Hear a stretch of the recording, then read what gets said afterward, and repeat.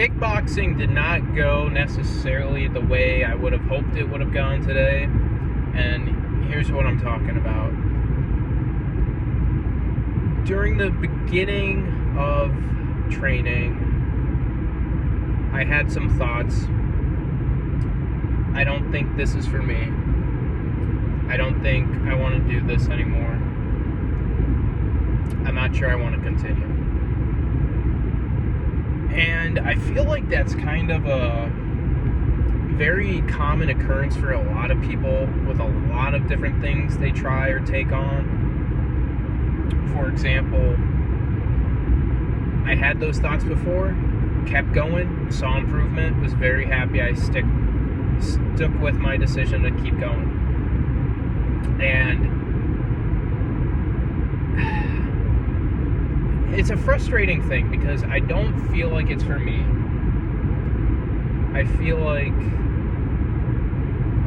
it's not. Do I enjoy it? Yes and no. Do I want to do it? Yes and no. Is there other things I would rather spend my time doing? Yes and no. Like I said, it's almost a love-hate relationship, to be honest. And every time I've had those thoughts, maybe this isn't for me, I suck at this, whatever. I've been in a plateau, I've been at a flat line where I wasn't making a lot of progress. And then I just kept on pushing through. And then I broke free of whatever was restraining me, holding me back, and I made quite a bit of progress. And then I was really glad I kept on with it. So I imagine it's the same thing, just got to keep doing it. So it's kind of like a message to all of you who watch this. If you feel like something is not for you, take into serious consideration, have you improved in the past with it? Or maybe if you hold on out, maybe if you keep going, you'll break free and make tremendous progress. There's a quote. I'm probably going to misremember the quote. But the quote says something about how an arrow has to be pulled back and held back before it can shoot forward and hit the bullseye on the target. And I feel like that's a pretty accurate way to view whatever it is for you, like kickboxing is for me. You know, you get moments of time where you're not really progressing, you hit a plateau, you become stagnant, static, whatever. But you just consistently keep putting in the work, and that compounding interest takes care of the rest. I think that's an important lesson for a lot of us to remember and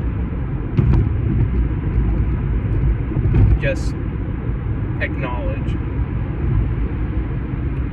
So think and reflect on that. Sometimes when you go through a difficult time or when you think something's not for you, it's possible, but it's probably you just got to keep putting in the work, keep working on it. Similar to like business and whatever, you know, you might think, this isn't for me, but if you don't stick through that rough initial part, then you'll never know. I kind of view it as I feel like that is what would be considered the quitter's test. Everything has that initial in the beginning test where it starts getting difficult, and that's to shake off all the people who quit easily, that don't actually try, don't actually put in the work, don't actually want it that bad. You want to get rich, but you don't want to have those sleepless nights, difficulties with your business that would, if you just pushed through, overcame them, you'd get what you were hoping for. You're having a hard time in basketball, you're not able to make those like 3-pointers or slam dunks, whatever it is in basketball, feel like quitting, but you keep pushing through, then you're able to do all that stuff. I don't know if there's like a term for that or if I'm about to coin my own term. Quitter's test.